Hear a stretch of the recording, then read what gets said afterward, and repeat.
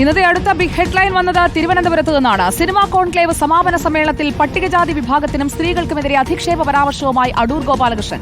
പട്ടികജാതി വിഭാഗത്തിൽ നിന്നും സിനിമ നിർമ്മിക്കാൻ വരുന്നവർക്ക് പരിശീലനം നൽകണമെന്നായിരുന്നു അടൂർ ഗോപാലകൃഷ്ണന്റെ വിവാദ പരാമർശം. അടൂർ ഗോപാലകൃഷ്ണന്റെ പ്രസംഗം ചോദ്യം ചെയ്ത് Sangeetha Nataka academy vice chairperson Pushpavathy Poypadath രംഗത്തെത്തി. പട്ടികജാതി വിഭാഗത്തിനും വനിതകൾക്കും സിനിമ നിർമ്മിക്കാൻ സർക്കാർ നൽകുന്ന സാമ്പത്തിക സഹായത്തെയാണ് അടൂർ ഗോപാലകൃഷ്ണൻ ചോദ്യം ചെയ്തത്. വെറുതെ പണം നൽകരുതെന്നും 1.5 കോടി രൂപ കൂടുതലാണെന്നും അടൂർ പറഞ്ഞു. സ്ത്രീകളായ കാരണത്താൽ മാത്രം അവസരം നൽകരുതെന്നാണ് അടൂരിന്റെ മറ്റൊരു പരാമർശം.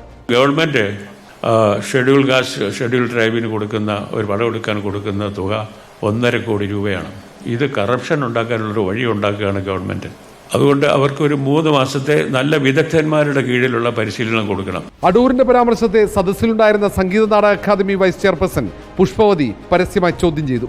അടൂർ പട്ടികജാതി വിഭാഗത്തിന്റെ ഉന്നമനത്തെ തുരങ്കം വയ്ക്കുകയാണെന്ന് പുഷ്പവതി ആരോപിച്ചു. നമ്മുടെ ഇടതുപക്ഷ സർക്കാരിന്റെ പോളിസി ഉണ്ടല്ലോ, അതിനെ തുരങ്കം വയ്ക്കുന്ന രീതിയിലുള്ള ഒരു മറുപടിയാണ്, ഒരു സമീപനമായിരുന്നു അദ്ദേഹത്തിന്റെ ഭാഗത്തു നിന്നുണ്ടായത്. തീർച്ചയായിട്ടും അത് എതിർക്കപ്പെടേണ്ടതാണ്. പട്ടികജാതി വിഭാഗം 98 വർഷമായിട്ടും സിനിമയുടെ മുഖ്യധാരയിലേക്ക് എത്താൻ കഴിയാത്തവരാണ്.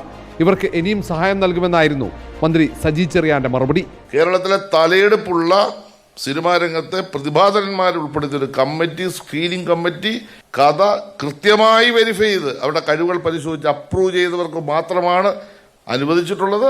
അവരെടുത്ത സിനിമ, ഇത്രയും സിനിമകളും അതിപ്രഗത്ഭമായ മൂല്യബോധമുള്ള മികച്ച സിനിമകളാണ് സാർ അവരെടുത്തിട്ടുള്ളത്. അടൂരിന്റെ പരാമർശത്തെ സദസ്സിൽ ചിലർ കൈയടിച്ച് പ്രോത്സാഹിപ്പിച്ചപ്പോൾ പിന്നാലെ സംസാരിച്ച ശ്രീകുമാരൻ തമ്പിയും വിമർശിച്ചു. റിപ്പോർട്ടർ, തിരുവനന്തപുരം.